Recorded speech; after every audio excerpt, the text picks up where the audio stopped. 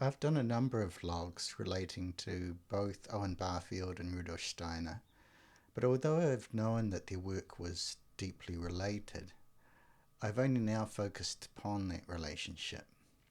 First off, we need to note that the influence was all one way, from Rudolf Steiner to Owen Barfield.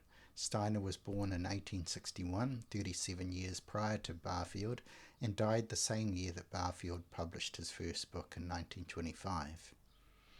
Barfield did meet Steiner when he visited England in 1924, the year before he died, so all of Barfield's published work was written subsequent to his discovery of Steiner. One of the main issues I want to deal with is how to read Steiner, when what he is saying seems so left field, so contrary to the common sense of our time. The main key for me is the understanding that Steiner is looking at history, the development of humanity and the earth from the inside. If you accept that there is an inside, and I think for the proper understanding of our life and consciousness, the inside must be accepted, then the world will appear more in the living forms of the mind and the imagination. Cutting these out is not possible and is a major modern error. You might disagree with Steiner, but if you cannot formulate a picture of the world from the inside, then you should not be too critical. You can consider that perhaps Steiner has given us a rough sketch, which is a big improvement over having no image at all, which for the most part modern secularists have, and the religious who are unable to connect their mythologies with their modern consciousness. This vlog will be composed largely of quotes from the two writers, either talking about the influence or ones that show the connections. Most of the Barfield quotes regarding Steiner are from his early unpublished novel English People, which gives a fictionalized account of discovering Steiner, particularly interesting because it was written so close to the time. I'll also draw on much later introduction to Romanticism Comes of Age from 1966. But first here's a quote from an interview where he states the basic connection. The essence of Steiner's teaching is the evolution of human consciousness. I, in a way, came to the same conclusion before I heard of Steiner. He began where I left off. All I had done was to establish in a hostile intellectual atmosphere that there was such a thing as the evolution of consciousness from a more pictorial, more living, if you like, form or quality to our own. He assumes that to start with and builds from that the terrific edifice. Owen Barfield wrote that he owed a paramount debt to Rudolf Steiner, and primarily, when I have thought about this, I have felt that Steiner's early works on Goethe and his philosophy of freedom had the most synergy with Barfield's. Certainly they have complementary epistemologies that grew out of Romanticism. However, Barfield was just as interested in the anthroposophical work. I remember being surprised by this when I read his fictional account of his discovery in his unpublished novel English People. If this represents his experience, then it was actually that anthroposophical work that captured Barfield first. Brockman, the fictional name Barfield gave Steiner in his novel, spoke with dry confidence of an entire universe unknown to science, of previous civilizations of which no trace remained, of older ones still before the Ice Age, including, of course, the overworked Atlantis, and further back still of previous incarnations of the whole Earth planet, and of spiritual hierarchies who had brought them into manifestation. The ingenuity of it was almost incredible, for here was this colossal structure of unsupported theory, this vast time ocean of alleged history, hovering as it were in the background, behind all the rest of knowledge and professing, not to supplant, but actually to supplement the results of authentically experimental science, and the proper reading of historical documents. It contacted the normal 20th century cosmos at innumerable points, and at each point claimed arrogantly not merely to correspond with, but to illuminate that particular spot of terra firma by tracing its origins back into geological periods beyond the ken of its discoverers, and describing its formation from within instead of without. Humphrey was used to reading stuff he violently disagreed with, without getting angry or contemptuous, for that was the only way one could get at a man's psychology. He read on, therefore, and began to come somewhat under the spell of the symmetry and completeness of Brockman's system. Here we are faced with one of the elephants in the room when talking about Steiner, particularly when trying to persuade people that he is one of the great modern thinkers. I recently shared an excerpt of Steiner with a friend to show him what Steiner thought about changes in consciousness that were happening at the end of the Middle Ages.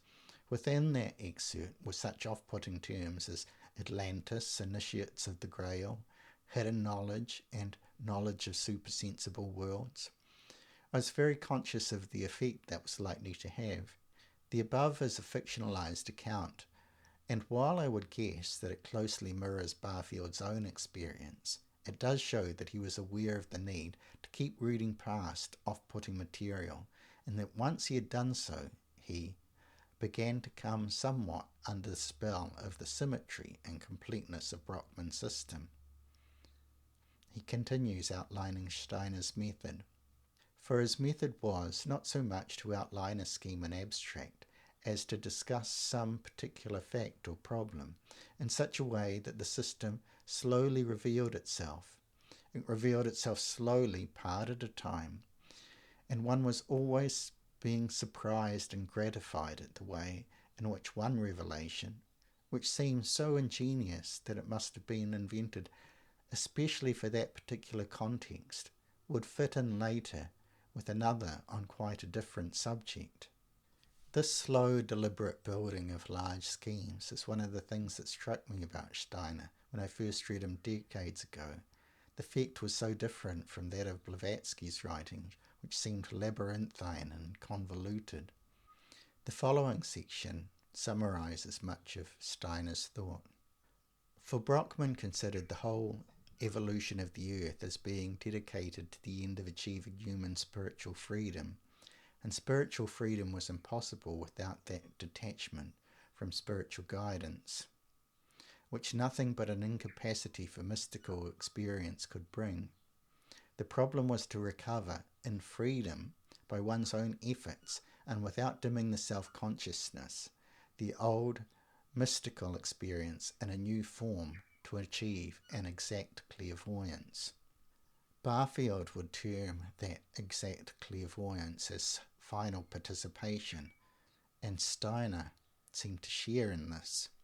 This Brockman claimed himself in large measure to have done. He denied that his cosmogony was a theoretical structure, and asserted that it was merely a description of what he could see. He had written various books in which he professed to describe the methods by which others too could train themselves to see the past and the unmanifest, and even to some extent the future. And then he moves into rapturous appreciation. The discovery of Steiner affected him in much the same way as lyrical poetry had. In the 1966 introduction to Romanticism Comes of Age, he writes, "The first serious thing that happened to my mind at the age of about 21, a sudden rapid increase in the intensity which I experienced lyric poetry. What impressed me particularly was the power with which not so much whole poems as particular combinations of words worked on my mind. It seemed that there was some magic in it, and a magic which not only gave me pleasure, but also reacted on and expanded the meanings of the individual words concerned." Barfield's experience of Steiner seems like an extension of this, and reads much like a religious conversion or initiation. From this point on, Humphrey gave up altogether trying to psychoanalyze Brockman's writings or to convert them to a subjective interpretation. He simply went on reading them. At the same time, a rather subtle change began to enter into his own attitude to life. That lurking horror of the boundless, whether of inexhaustible appetite or infinite series of dreams and ideas, began to give way to a certain confident pleasure in the very thing he had previously abhorred. Whether it were the exercises he had begun to undertake, or the influence of all he had read in Brockman, summed up and as it were driven home in this last powerful concept of an infinity of intersecting circles of which the circumference of each is infinity, or some reason he now began to have moments in which he confronted the fluent dreams of sensuous and intellectual experience with a kind of calm, exultant joy. He rejoiced in his freedom. He was like a man with a snapshot camera, or a mathematician sitting tight with his coordinates up his sleeves, secure in the knowledge that however continuous the series, however incessant and ruinous the motion, he can, at any point he chooses, arrest that motion, and for the purpose of his thinking, grasp it in a state of instantaneous repose. Finally, issues of subjectivity and objectivity start to spin in his mind. This is particularly interesting in terms of how Steiner argues that the subject-object split is not a primary one as it is normally regarded, but is secondary and peculiar to our current experience, while the thinking that combines sense impressions, percepts, with concepts is primary. This was now Humphrey's experience with his subjective and objective interpretations of Brockman. They seem to have run together into one, so that one read them as descriptions of fact, rather than as symptoms of the state of the author's imagination, and yet the questions of their being true or untrue never arose. So now let's look at the way Steiner and Barfield's thinking corresponds. Barfield broke thinking down into three parts: figuration, which combines sense data with concepts to create what we regard as the things of the world; alpha thinking, which thinks about those things; and beta thinking, which thinks about thinking. These seem to have some correlation to Steiner's terms sentient soul, intellectual soul, and consciousness soul, which relate to the different forms of thinking as well as relating to the parts of the human soul. Sentient soul refers to the etheric body, that which gives form to the human body and which stops it breaking down into its individual elements, which it does after death. The astral body, which is shared with the animals and relates to the intellectual soul. And finally, the I or ego, which relates to the consciousness soul. There is not a one-to-one exact match with these concepts, but it is interesting that in both cases there is a three-part basis for thinking. To the crossover and the evolution of consciousness, Barfield basically has earlier man experiencing the world through a kind of consciousness he termed as original participation. Participation is the extrasensory relationship between man and the phenomena. It was shown in Chapter 3 that the existence of phenomena depends on it. Actual participation is therefore as much a fact in our own case as in that of primitive man. But we have also seen that we are unaware, whereas the primitive mind is aware of it. This primitive awareness, however, is obviously not the theoretical kind. The primitive kind of participation is indeed not theoretical at all, inasmuch as it is given in immediate experience. Let us distinguish it from ours by calling it original participation. Barfield sees participation on the decline in the ancient world, but with the rise of Greek thought and the iconoclasm of Israel, Israel's edicts against idols is seen as a deliberate destruction of original participation. However, some form of original participation is seen as surviving in Europe to the end of the Middle Ages. Now, Steiner covers a much bigger sweep of history, which he divides into epochs, and within those there are smaller divisions of cultural epochs. We are in the post-Atlantean epoch, and within that the previous epochs are the ancient Indian, the ancient Persian, the Egypto-Chaldean, the Greco-Latin epochs, and the fifth epoch, which is the current one, he terms the Anglo-German. These cultural epochs are a little over 2,000 years. Barfield and Steiner are in accord with their time frames. The original participation was the mode preceding 800 BC and the rise of Greek thought. Steiner uses different language, but he also makes clear the different quality of consciousness that is a different way of expressing original participation. With the transition from the Egypto-Chaldean to the Greco-Latin epoch, the whole mode and disposition of man's soul and all his faculties had undergone an essential change. The kind of logical thinking and intellectual comprehension of the world with which we are now familiar did not exist in the Egypto-Chaldean times. Knowledge which man today acquires by the deliberate exercise of his intelligence, he then received directly. It was given to him as an intuitive and inner, in some respects, supersensible knowledge. Such was the form of cognition proper to that age. Man saw the objects around him, and in the very act of looking at them, the concept, the picture of them his soul needed, arose of its own accord within him.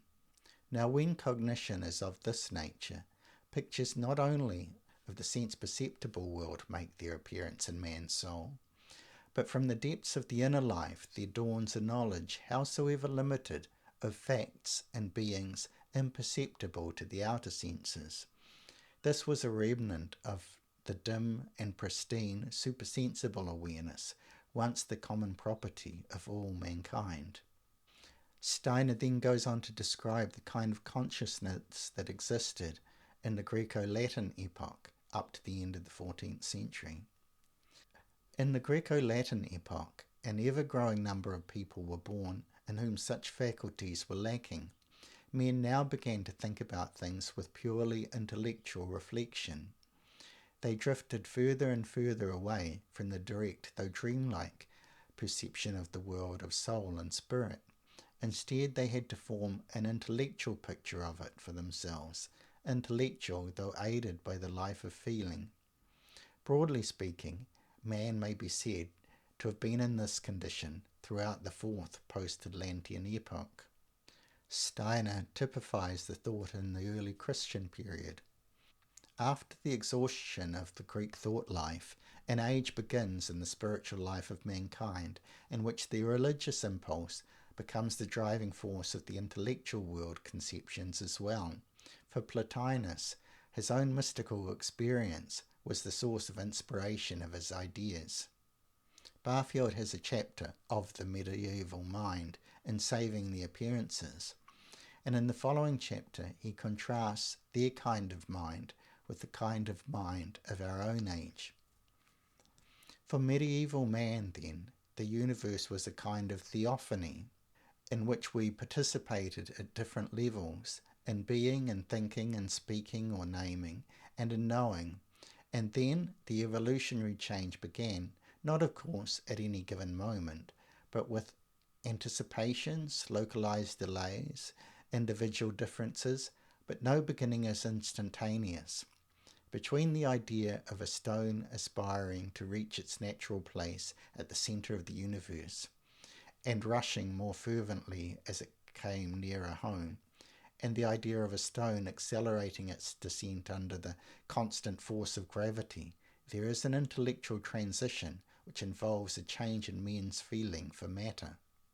The current era, according to Barfield, where developing an individuality and materialism causes, in a sense, an extreme individuality with many dangers and is marked by alienation. Now it is because a full consciousness of self depends precisely on a sense of subjective-objective distinction. The feeling I am here and the table is out there in space is for this reason that the West has had to develop its strong sense of distinction with the inevitable accompanying sense of exclusion from the unity of the spirit. The way out of this is final participation. Let us call the man-centered participation with which the opening chapters of this book were concerned final participation, Beta thinking, then, can convince itself of the facts of final participation. It can convince itself that we participate the phenomena with the unconscious part of ourselves. But that has no epistemological significance. It can only have that to the extent that final participation is consciously experienced. Are there any signs of such development taking place? We have seen in the Romantic movement and elsewhere symptoms of a kind of instinctive impulse towards iconoclasm. Are there any signs up to now of a systemic approach to final participation? And what does such an approach involve? It was pointed out in Chapter 13 that participation as an actual experience is only to be won today by special exertion, that it is a matter not of theorizing but of imagination in the genial or creative sense. A systematic approach towards final participation may therefore be expected to be an attempt to use imagination systematically. This was the foundation of Goethe's scientific work. And here we have Steiner on the kind of consciousness that will grow out of our current understanding, fifth epoch, and be present generally in the next cultural epoch. Throughout the fifth epoch, the knowledge of supersensible worlds will thus continue to flow into the consciousness of men, and by the time the sixth begins, it will be possible for mankind to have regained on a higher level the knowledge they possessed in pristine ages by virtue of the dim and dreamlike supersensible vision of the ancient days. But the renewed possession will be of quite another form than the old. What the soul knew of higher worlds in olden times was not yet permeated with her own human powers of intelligence and feeling. It came of its own accord, was given as a kind of spiritual inspiration. In future, man will not only be receiving inspirations of this kind, but will understand them through and through, feeling them as his very own, the true expression of his inmost being. So there we have it. I'll leave it there, I think. That gives a short, but I think it emphasizes just how close Steiner and Barfield's thinking were. They expressed themselves differently, and certainly Steiner's scope is much bigger than Barfield's. And I think the basic thing that Barfield did was he spoke of what he could verify with his own thinking of Steiner's work. And that, I think, makes Barfield so approachable. Thank you.